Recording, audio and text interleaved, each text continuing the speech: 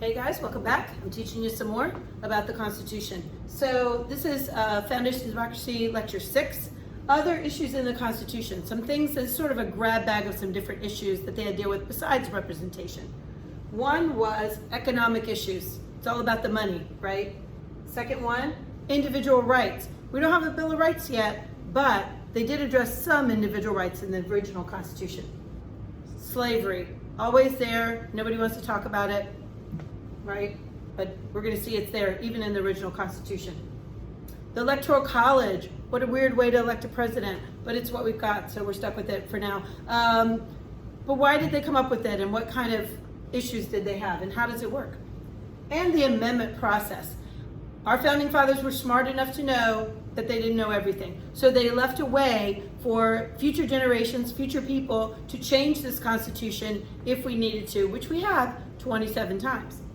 Of course, 10 of those were all at once, but anyway.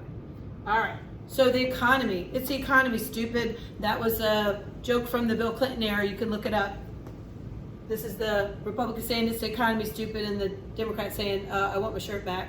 It's always about the economy. Elections are always about the economy. And the Constitution was a lot about the economy. Remember Shays' Rebellion? That was about foreclosures and money supply and things like that. So what did they do to fix that? First of all, they gave Congress the power to tax, right? That was something that they did not have the power to do in the Articles of Confederation. You know, that was its biggest weakness. Now Congress has the power to tax.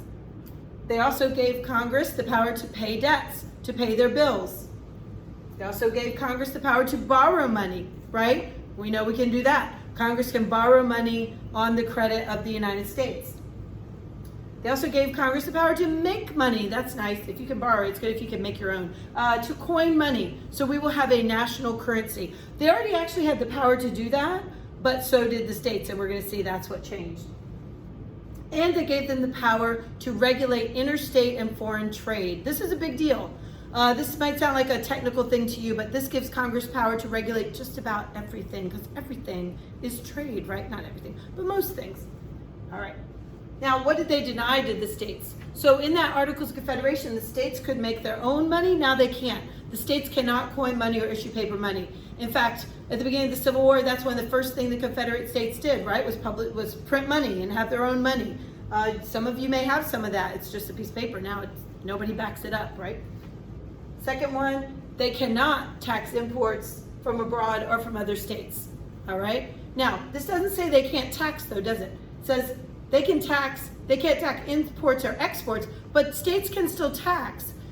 The federal government can too. So you pay federal tax and you pay state tax. Great idea. All right, what about individual rights?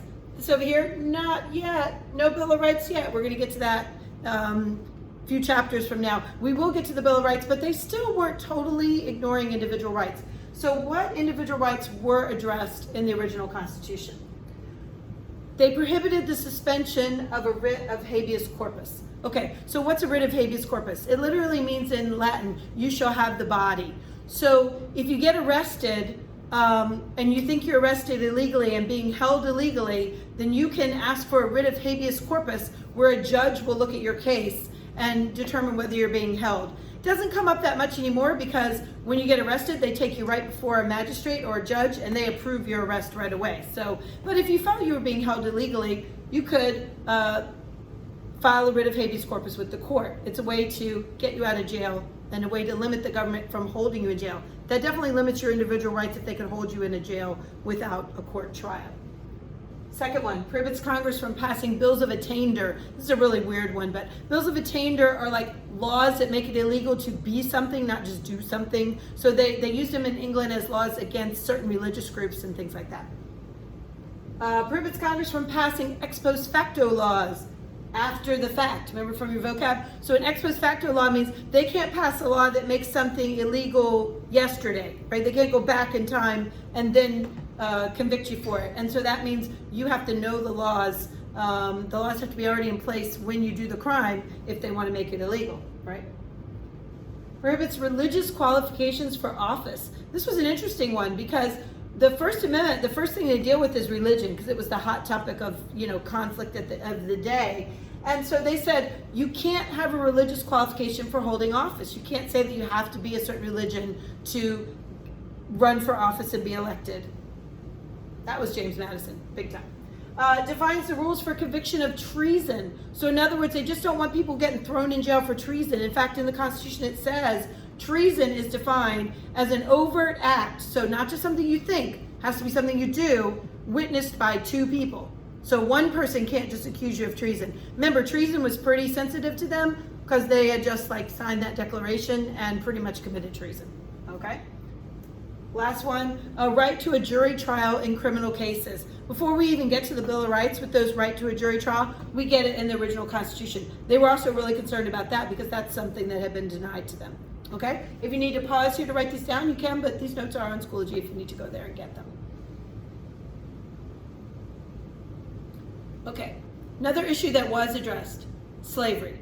Slavery was addressed in the Constitution, but the word slavery is not in there until we prohibit it, right?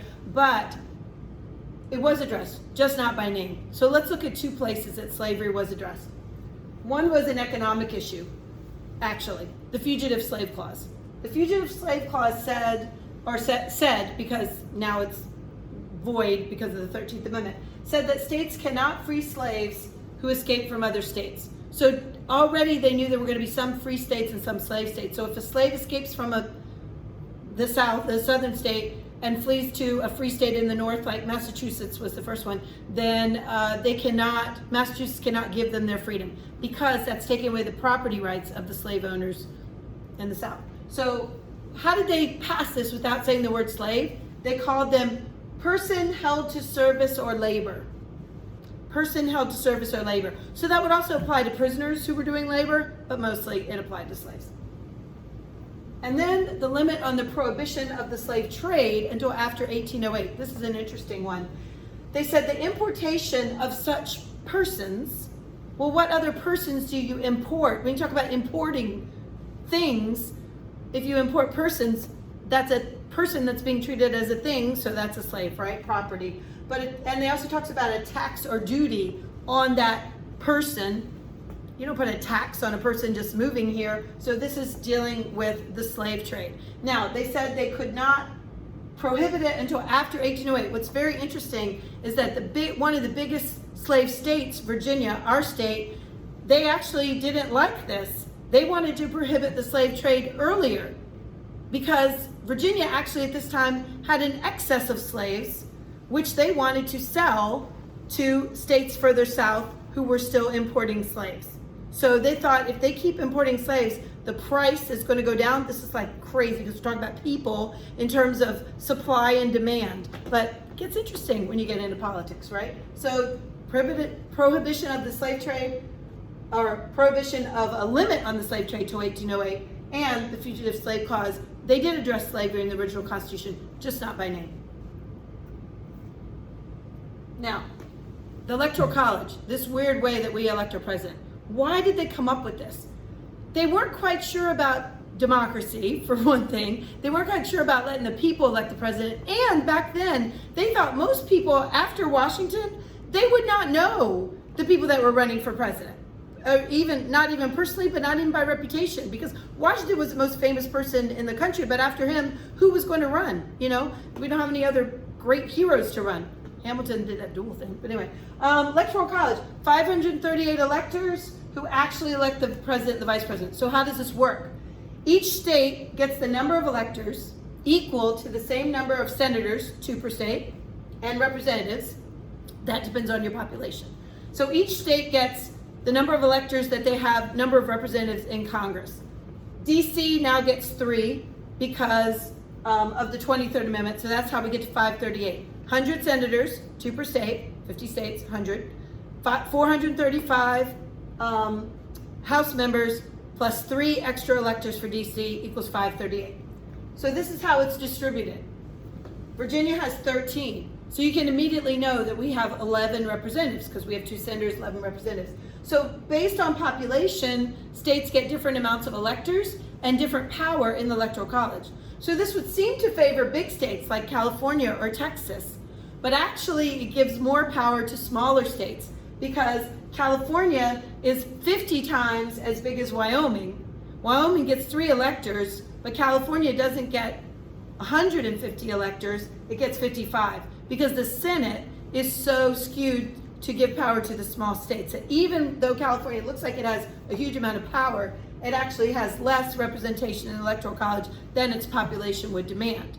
So this was a compromise, a deal, a weird solution they had when they couldn't figure out how they wanted to elect the president, and we still use this one today. But they knew we were going to have problems. You know what? If we don't like this, I think we're stuck with it, but if we don't like it, we could amend it. We could change it, because they knew the Constitution should never be absolutely finished, locked up in a box. They said this needs to be a living document. This needs to be a document that can change.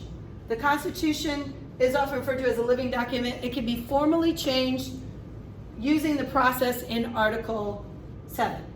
What is the process? Okay? The process is there's 2 ways to propose an amendment, and there's 2 ways to ratify an amendment. Let me write on this just a little bit to outline it for you. Okay? So, proposal, ratification, 2 steps you've got to have. But there's 2 ways to do each of them. One way to propose is by 2/3 of the members of both the House and the Senate. So 2/3 of the House, 2/3 of the Senate. Don't say 2/3 of Congress, because it's not the same. 2/3 of the House, 2/3 of the Senate, they propose it. Or the second way would be a convention called by 2/3 of the state. Okay? 2 ways to ratify it. One would be 3/4 of the state legislatures. So we've got national and state, right? But now we need an even bigger number, 3/4. So it's easier to propose than it is to ratify. 3/4 of the states say yes, not 100% like in the articles, but still a lot, 3/4. Or 3/4 ratifying in state conventions. They had this alternate for the convention ways, okay? So how have we ratified? We've had 27 amendments, right? 26 of them, including all the Bill of Rights, have been ratified this way. 2/3 of the House and Senate, 3/4 of state legislatures. This has been the overwhelming way. 1 was ratified this way. So 26 this way, 1 this way. And that was the repeal of prohibition. I guess they were kind of thirsty. They did that quick. They just called conventions and they voted on it. This has never been used. We've never had a convention of the states to propose an amendment. All right? So that kind of ends this part of this unit. Hope you got all the information. Go back and look at these notes in Schoology, or you can go back and watch it again and get the notes down as you need. We're going to get more and more complications in our Constitution as we get to these amendments.